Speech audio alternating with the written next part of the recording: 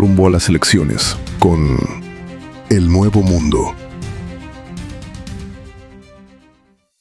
Hello, friends from the newspaper El Nuevo Mundo here in Las Vegas. Today we have a privilege to have a very special guest because not every day you have a judge at the house. And we have a personality that is running in the political campaign currently, but we have Judge Mary Perry. Welcome to our podcast here for the newspaper El Nuevo Mundo. Thank you for having me. And it's a pleasure, it's an honor to have a judge because it's a very vital position in the whole country, or the whole world for that matter. Yes. Would you please tell our audience about yourself, and you will be explaining a lot more things in detail later on. Okay. Well, a little bit about my background. I was raised in a very poor town, and when I was 21, I couldn't decide what I wanted to do when I grew up, so I joined the Air Force. The Air Force. Spent 8.5 years in the Air Force, was medically discharged. When I was stationed at New Mexico in '93.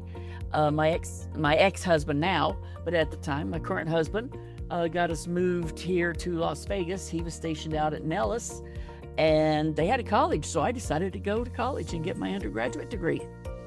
And what was the college degree in, if I don't mind? It was business administration, Business administration. and I focused on human resources. Human resources. Correct. I like people. Human is your epicenter of action. Yes. I can see. Human is the epicenter. They're the biggest characters in this world. And I went and worked for all sorts of different odd jobs. I've worked with garage doors, your roll-up doors. I've worked in the fast food industry. I was a manager at Papa John's Pizza. And I'm like, I got to do something different. A plethora of jobs. I've had armed security, Keno. I've done You name it. everything. You name it, I've tried it. And then I'm like, well, there's got to be more. And then they started the law school. So I went to the William S. Boyd School of Law, began in their charter class in 1998. Graduated in 2001, passed the bar first time around, thank goodness. And haven't really looked back. I'm licensed in 2 other states. I've got Hawaii and Missouri under my belt. That's far away from each other. Yeah, but I've got one where I got the perfect beaches, and the other one I've got, hills. Hills and rivers Yeah, and no hurricanes. Yeah. And no hurricanes, yeah. And Tornadoes. correct. Okay. Yeah, we do have tornadoes there. Well, I understand your husband is a Hispanic gentleman. Yes, he is. Tell us a little bit about himself. Oh, I don't know if you remember. I think you may have been here long enough, but do you remember La Jolla Auto Sales that was down on Fremont Street? Yes. That was my husband's. Oh, La Jolla, the jewel. Yep, the Jewel. The jewel, I remember going down the hill. Yeah. Oh, yeah. Interesting. Yeah, and he's, he loved rebuilding the muscle cars, so he did that for a huge portion of his life. Yes, you told me he's a Hispanic. He is Hispanic. He's Peruvian and Mexican. Okay. He's the light of my life. He's my everything. Oh, that's very nice to tell us about him. Well, what is your current position in politics? Well, So the audience know exactly what you do now. okay. Right now, I am the incumbent in Family Division, the District Court Family Division in Department P. I am running for re-election. And I'm, out here so that the community can get to know me and understand me the way I attempt to understand them. Okay, that's interesting to have a family judge because a lot of our audience have been involved, unfortunately, in disputes about child support and different things that are related to family matters. But I did not know until 20 minutes ago that judges can run over and over Correct. and over again until they become a member of the Supreme Court. You have to, in Nevada, you can get elected to the Supreme Court or the appellate court. Okay, but you can run over and over. You can run over and over again. There are no term limits. No term limits. That's a privilege. You can run until the day you drop over. Okay. So you're running to be re-elected I'm running again. to be elected. Well, okay. Now tell us a little bit about the territory that can vote for you, because in in Clark County, we have 37% of a Hispanic population. Correct. But what is your area of action?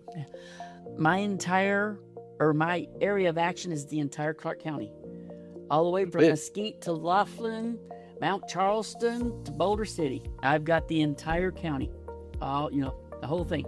The whole thing. The And whole thing. You specialize in family matters. Family matters. Describe, if you would, for the Okay. audience, what is it? Give us an example. What cases do you deal with on a daily basis? On a daily basis, I will deal with divorces, child custody, adoptions, child support. I could wind up dealing with guardianships, adult and child guardianships. We have got the dependency, which is your abuse and neglect when CPS gets involved in the case. Okay. Then you've got the delinquency, is when your kids get into trouble. All of that falls under the purview of family court. Well, I'm fortunate. I do domestic only, which is the divorce, child custody, child support. okay, so you don't know the whole I thing. do not have to do the whole thing. Specialized, Thank okay. goodness. In other counties, one judge will do it all. In other counties? In other The counties. smaller counties? In the smaller counties, they deal with all of that, including criminal and civil. Very interesting.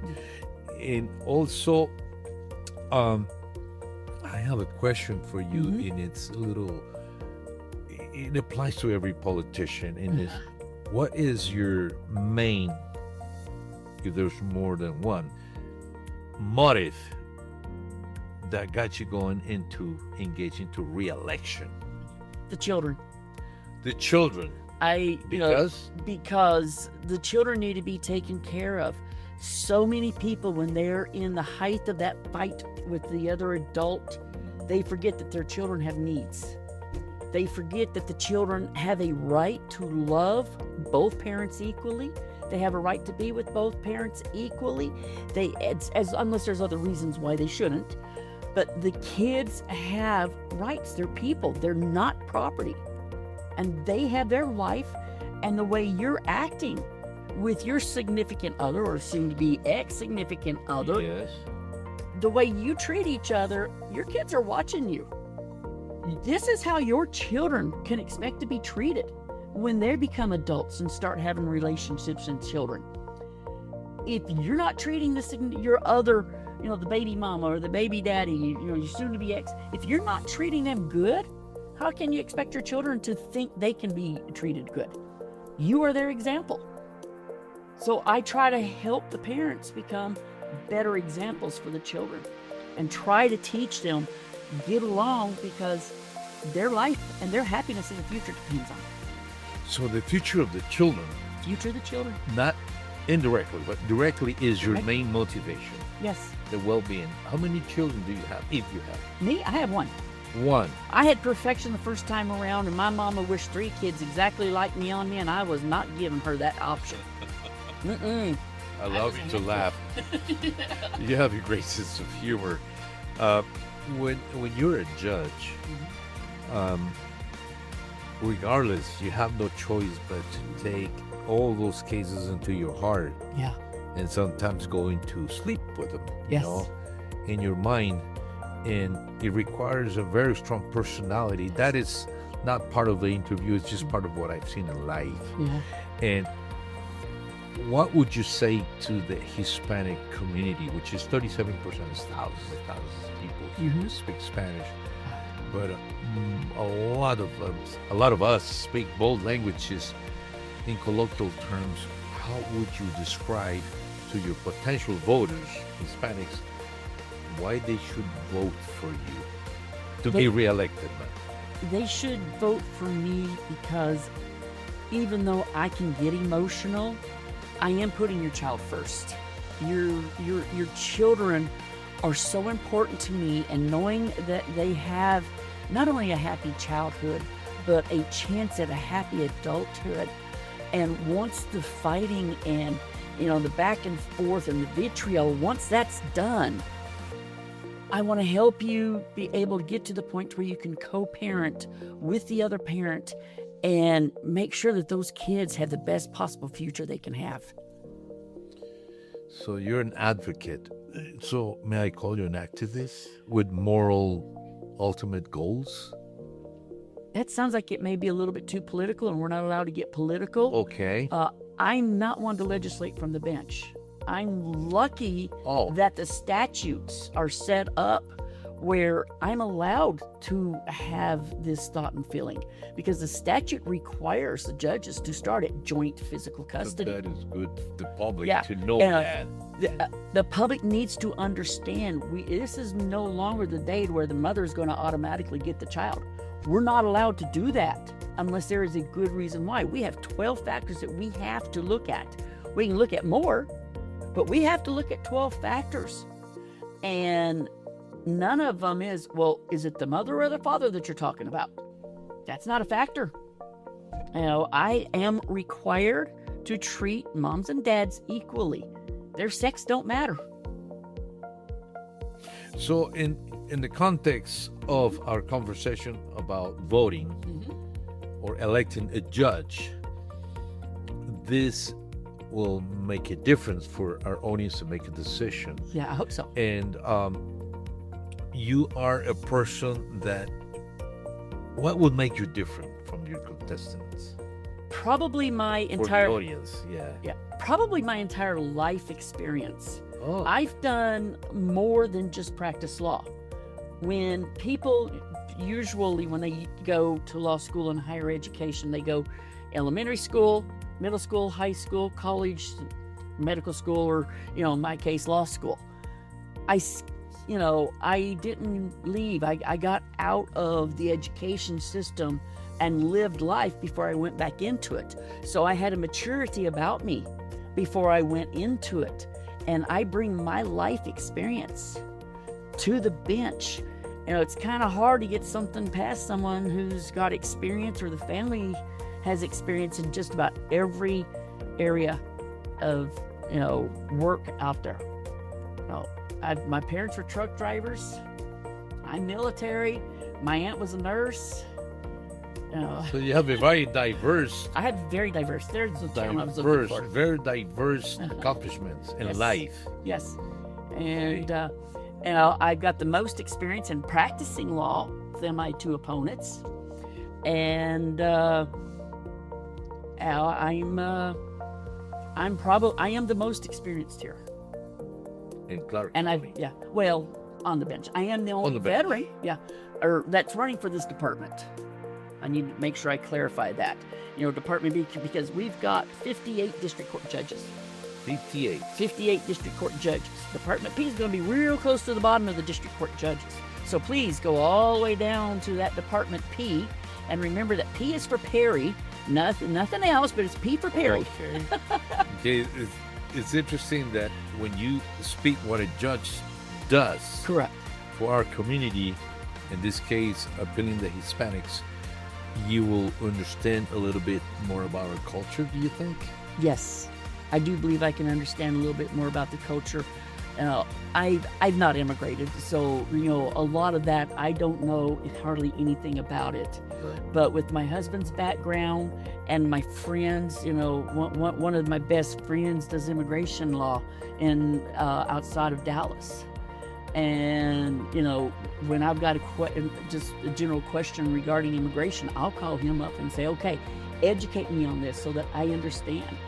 One of the areas that probably bothers me the most is, if you're broke and you don't have the money and we're allowed to let you proceed without having to pay anything, then we can appoint an interpreter for you.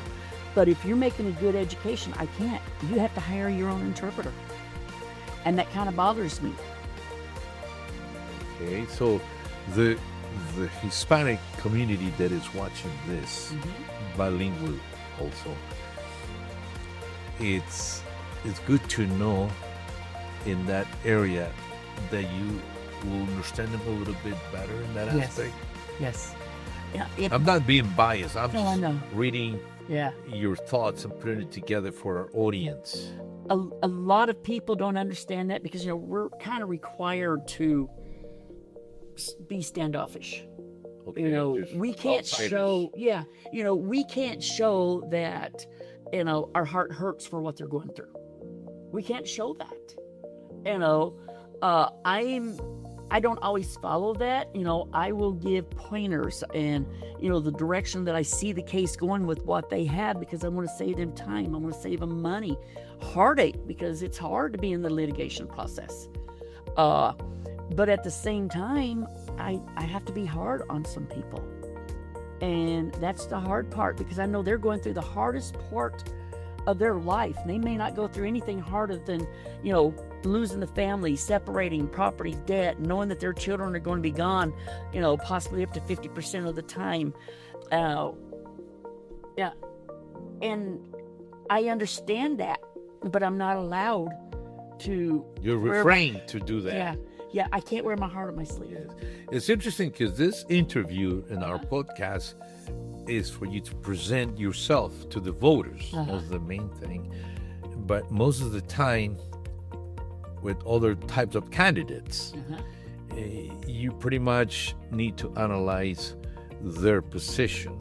Correct. But in your case, and correct me if I'm wrong, our voters need to analyze your heart, or try to interpret your feelings toward what you do. Yes, they do.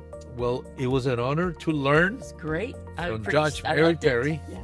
It was very nice to have you in our studio here, and we want to invite you, and you're more than welcome to come back as many times as you want. I would love to do that. I like to educate the people. I can tell.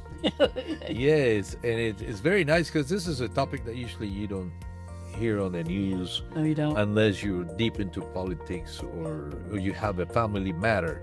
Unfortunately, what we hear the most on the news is when domestic violence goes to the ultimate and someone dies. It's possible. That's the part about the family law that most people hear the most about. And it's interesting that in this interview, we probably have to deviate from the main course. Yeah. But it's a topic that applies to everybody. It does. And if not if you're a single, forgive me. Yeah. Even if you're not the one who's coming to court, you know somebody who is. There's somebody in your realm of knowledge is dealing with the family court matter, whether it's child support, whether they're just giving birth to that baby, you know, and not married, you know, all of this stuff. You know, there's a lot of nuances in the law. If you're about to step into parenthood, getting married, go talk to an attorney before you do it. As simple as that. Go talk. You know, someone asked me the other day, how do we avoid going to family court? Don't get married and don't have kids. Ultimately. Well, thank you so much again. It was a pleasure to have you. I enjoyed it. It was fun. Okay. It was a pleasure to meet you, Judge Mary Perry. Thank you. Thank you.